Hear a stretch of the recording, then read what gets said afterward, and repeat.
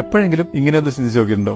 ഇവിടെ നിന്ന് അങ്ങോട്ടൊരു 100 കൊല്ലം കഴിഞ്ഞ ഒരു 2123 ആകുമ്പോഴേക്കും നമ്മൾ ഒരാൾ പോലും ജീവിച്ചിരിക്കില്ല, അല്ലേ? നമുക്ക് ഒരു പരിചയമില്ലാത്ത ആൾക്കാരാവും നമ്മുടെ വീട്ടിൽ താമസിക്കുന്നത്. അല്ലെങ്കിൽ നമ്മുടെ മക്കൾ നമ്മുടെ വീടൊക്കെ ഇടിച്ചു പൊളിച്ച് വേറെ വീട്ടുണ്ടാക്കിയിട്ടുണ്ടാവും. നമ്മൾ ഒരുപാട് ലോണും കടമൊക്കെ വാങ്ങി കഷ്ടപ്പെട്ട് ഉണ്ടാക്കിയ സ്വപ്ന വീടാണ് ഓർമ്മ കാണും. അത് മാത്രമല്ല, ഇന്ന് നമ്മുടേതാണെന്ന് പറയുന്ന അല്ലെങ്കിൽ നമ്മൾ കൈവശം വയ്ക്കുന്ന എല്ലാ സാധനങ്ങളും മറ്റാരുടെയെങ്കിലും ആയിട്ടുണ്ടാവും, കുറെ നശിപ്പിക്കപ്പെട്ടിട്ടുണ്ടാവും. അതൊന്നും വേണ്ട, നമ്മുടെ പിൻതലമുറയിൽ വരുന്ന എത്ര പേര് നമ്മൾ ഓർക്കും ഇങ്ങനെ ഒരാൾ ഇവിടെ ജീവിച്ചിരുന്നതെന്ന അറിവുണ്ടാകും. നമുക്കറിയോ, നമ്മുടെ മുത്തച്ഛന്റെ അച്ഛന്റെ പേര് വെച്ചാൽ നമ്മൾ എത്ര പേർക്ക് പറയാൻ കഴിയും? നമ്മൾ മരിച്ചു കഴിഞ്ഞാൽ കുറച്ച് കാര്യങ്ങളൊക്കെ നമ്മൾ ഓർക്കും. ചിലപ്പോൾ നമ്മുടെ ഒരു ഫോട്ടോ ചുമരിൽ തൂങ്ങും. ഒരു 10, 20, 30 കൊല്ലം കഴിഞ്ഞ് ആ ഫോട്ടോയും അവിടെ മാറും. നമ്മളും സാവധാനം വിസ്മൃതിയിലേക്ക് മാറി.